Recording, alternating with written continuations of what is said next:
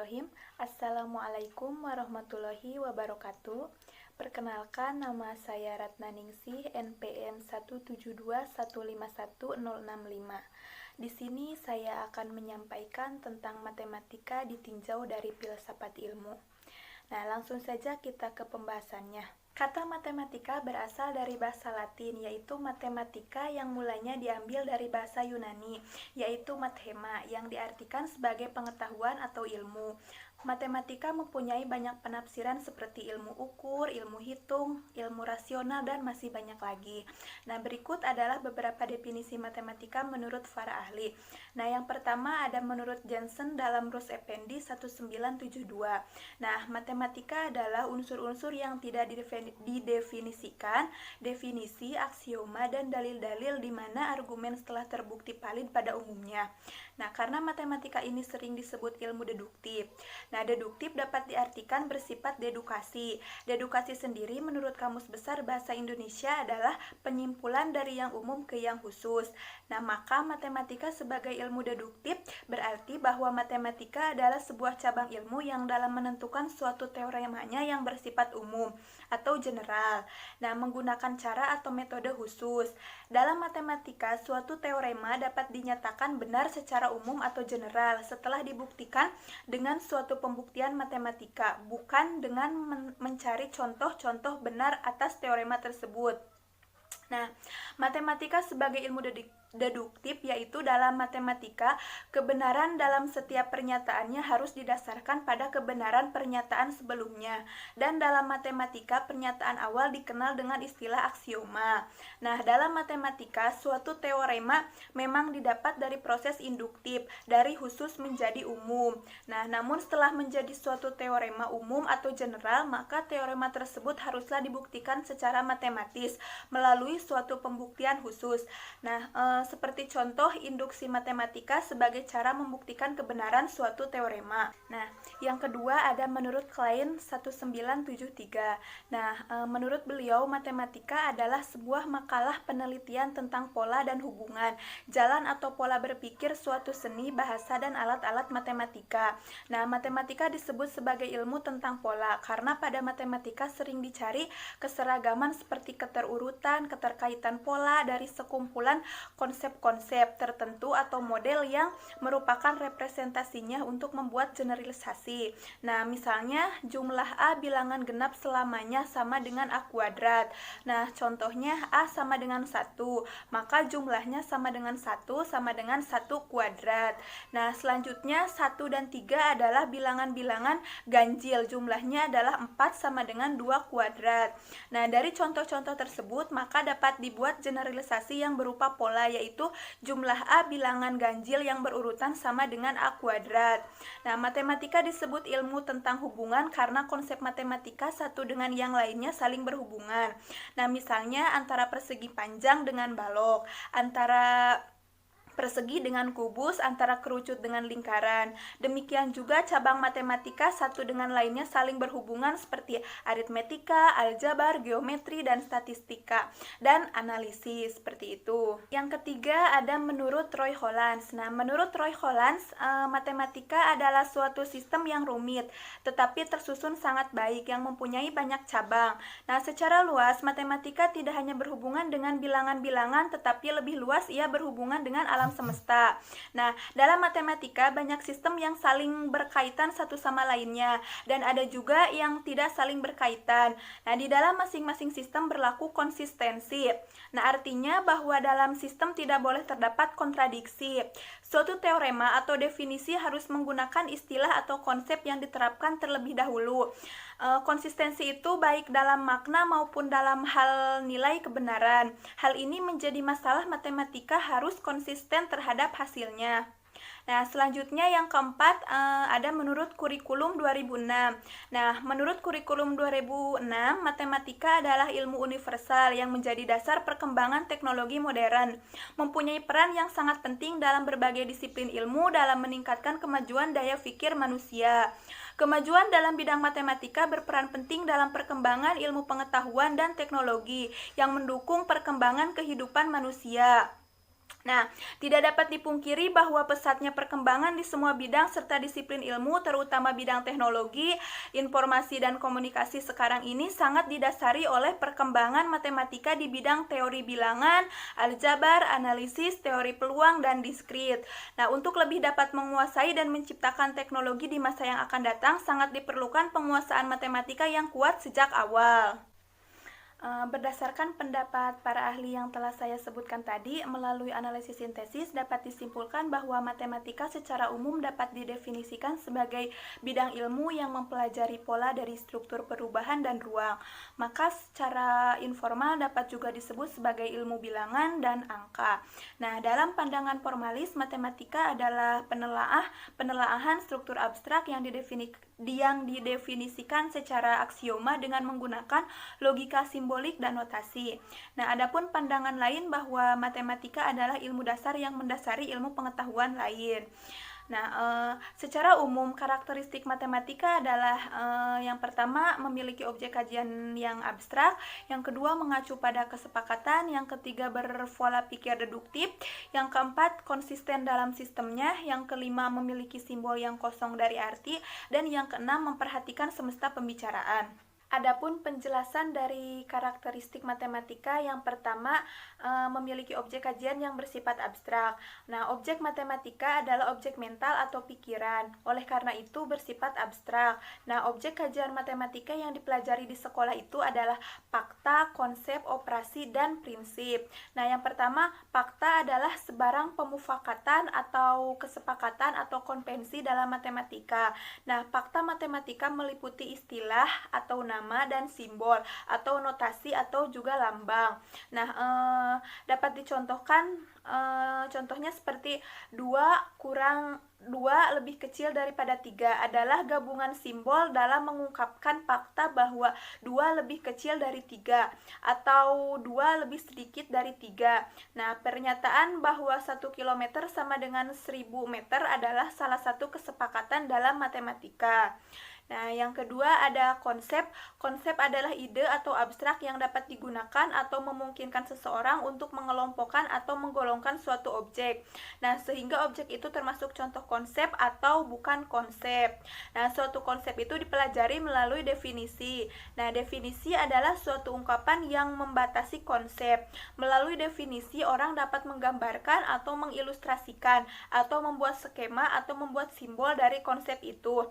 Nah, seperti contoh, konsep lingkaran didefinisikan sebagai kumpulan titik-titik pada bidang datar yang berjarak sama terhadap titik tertentu. Selanjutnya operasi. Operasi adalah aturan pengerjaan dalam kurung hitung, aljabar, matematika, dan lain-lain. Nah, untuk tunggal dari satu atau lebih elemen yang diketahui. Nah, contohnya pada 2 ditambah 5 sama dengan 7. Nah, fakta plus adalah operasi tambah untuk memperoleh 7 dari bilangan 2 dan 5 yang diketahui. Nah, elemen yang dihasilkan dari suatu operasi disebut hasil operasi. Nah, pada contoh 7 itu adalah hasil operasi. Elemen hasil operasi dan yang dioperasikan dapat mempunyai semesta sama atau berbeda. Nah, pada contoh bilangan yang dioperasikan dan hasil operasi mempunyai semesta sama, yaitu himpunan bilangan bulat. Nah, yang selanjutnya prinsip. Prinsip itu adalah hubungan antara beberapa objek dasar matematika, sehingga terdiri dari beberapa fakta, konsep, dan dikaitkan dengan suatu operasi. Nah, prinsip dapat berupa aksioma, teorema atau dalil, sifat, dan lain-lain. Nah, contohnya pernyataan bahwa luas persegi panjang adalah hasil kali dari panjang dan lebarnya. Nah, itu merupakan prinsip. Nah, yang kedua, adapun karakteristik yang kedua yaitu mengacu pada kesepakatan. Nah, fakta matematika itu meliputi istilah dalam kurung nama dan simbol atau notasi atau lambang. Nah, fakta merupakan kesepakatan atau pemufakatan atau konveksi. Nah, kesepakatan itu menjadikan pembahasan matematika mudah dikomunikasikan. Nah, pembahasan matematika itu bertumpu pada kesepakatan-kesepakatan.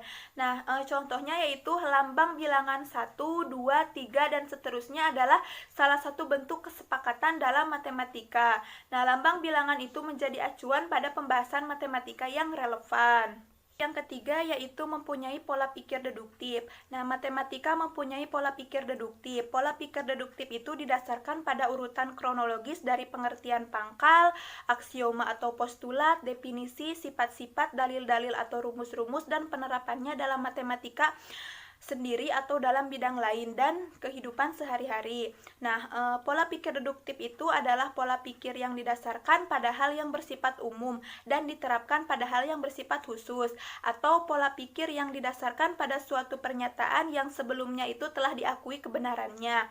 Nah, seperti contoh, bila seorang siswa telah belajar konsep persegi, kemudian ia dibawa ke suatu tempat atau situasi baru, dan ia mengidentifikasi benda-benda di sekitarnya yang berbentuk persegi, maka berarti siswa itu telah menerapkan pola pikir deduktif sederhana. Nah, karakteristik yang keempat yaitu konsisten dalam sistemnya. Matematika memiliki berbagai macam sistem. Sistem dibentuk dari prinsip-prinsip matematika. Nah, tiap sistem dapat saling berkaitan, namun dapat pula dipandang lepas atau tidak berkaitan.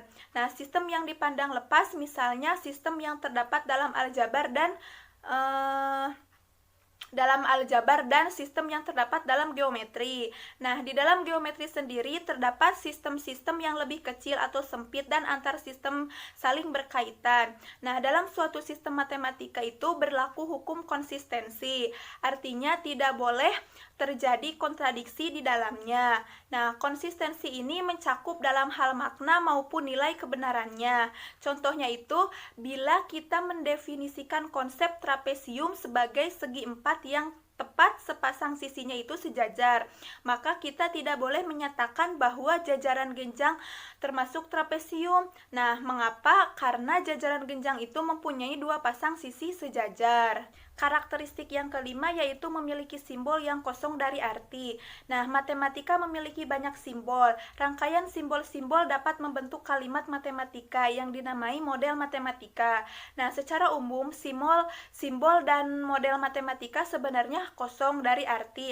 Artinya suatu simbol atau model matematika itu tidak ada artinya bila tidak dikaitkan dengan konteks tertentu.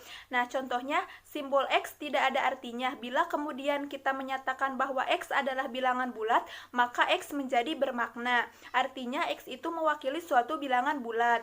Nah, kekosongan arti dari simbol-simbol dan model-model matematika merupakan kekuatan matematika, karena dengan hal itu matematika dapat digunakan dalam berbagai bidang kehidupan. Karakteristik yang keenam yaitu memperhatikan semesta pembicaraan. Nah, karena simbol-simbol dan model-model matematika itu kosong dari arti dan akan bermakna bila dikaitkan dengan konteks tertentu, maka perlu adanya lingkup atau semesta dari konteks yang dibicarakan. Nah, lingkup atau semesta dari konteks yang dibicarakan sering diistilahkan dengan nama semesta pembicaraan. Nah, ada tidaknya dan benar salahnya penyelesaian permasalahan dalam matematika itu dikaitkan dengan semesta pembicaraan. Contohnya, bila dijumpai model matematika 6x sama dengan 10, kemudian akan dicari nilai x-nya, maka penyelesaiannya tergantung pada semesta pembicaraan. Nah, bila semesta pembicaraannya himpunan bilangan bulat, maka tidak ada penyelesaiannya, karena tidak ada bilangan bulat yang bila dikalikan 6 hasilnya 10. Nah, bila semesta pembicaraannya bilangan rasional, maka penyelesaiannya dari permasalahan adalah x sama dengan 10 dibagi 6 sama dengan 1,6. Nah, selanjutnya ada manfaat dari pelajaran matematika. Nah, adapun manfaat dari pelajaran matematika adalah sebagai berikut. Yang pertama ada pola pikir sistematis. Nah, dalam pola pikir sistematis itu, matematika adalah salah satu pelajaran yang membantu kita untuk berpikir secara sistematis. Hal yang sangat penting dalam menjalani kehidupan, baik dalam pekerjaan maupun keseharian. Nah, melalui kebiasaan berhitung, berlatih deret, dan sejenisnya, secara tidak sadar kita telah memaksa otak untuk terbiasa berpikir secara rumit. Hal ini akan membuat kita jauh lebih mudah dalam mengorganisasi segala sesuatu.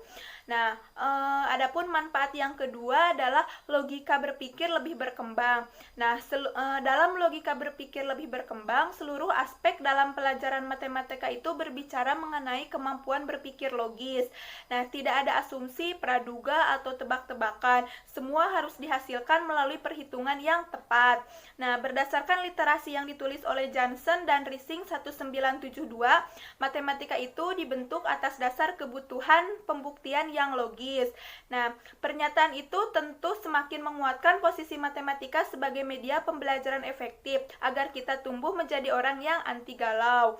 Nah, logika juga akan membantu kita dalam menajamkan pola pikir yang tentu membuat kita mampu mengambil keputusan secara matang.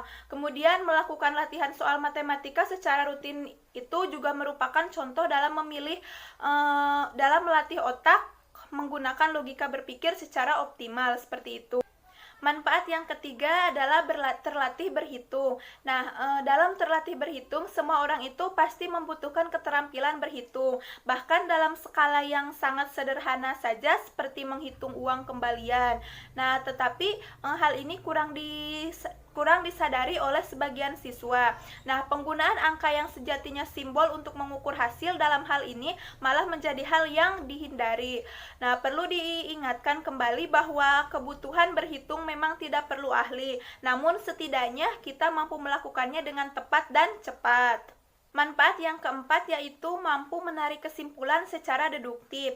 Nah, matematika itu sering disebut juga sebagai ilmu yang bersifat deduktif. Artinya matematika membantu seseorang dalam menarik kesimpulan berdasarkan pola yang umum. Nah, hal ini akan membiasakan otak kita untuk berpikir secara objektif. Nah, kemampuan berpikir objektif itu adalah salah satu soft skill yang dicari oleh seluruh bidang kerja. Nah, selain itu juga dengan seringnya menyelesaikan soal latihan matematika berupa kasus logika, kita pun akan terbiasa berpikir secara rasional, seperti itu. Nah, yang kelima itu manfaat yang kelima yaitu menjadi teliti, cermat, dan sabar. Nah, dalam menjadi teliti, cermat, dan sabar itu pelajaran matematika adalah syarat akan soal-soal yang rumit dan panjang. Nah, dalam hal ini juga tentu saja membutuhkan kesabaran dalam menyelesaikannya. Jika satu langkah saja ada yang salah, maka bisa jadi kita harus mengulang kembali proses menghitungnya dari awal. Nah, seseorang yang terbiasa menyelesaikan persoalan matematika yang rumit itu dapat berkembang menjadi seseorang yang lebih teliti, cermat, serta sabar. Nah, kondisi seperti ini bisa lahir melalui pembiasaan dengan soal-soal matematika. Mungkin sekian penjelasan dari saya tentang matematika ditinjau dari filsafat ilmu. Mohon maaf apabila banyak kesalahan. Wabillahi taufiq walhidayah. Wassalamualaikum warahmatullahi wabarakatuh.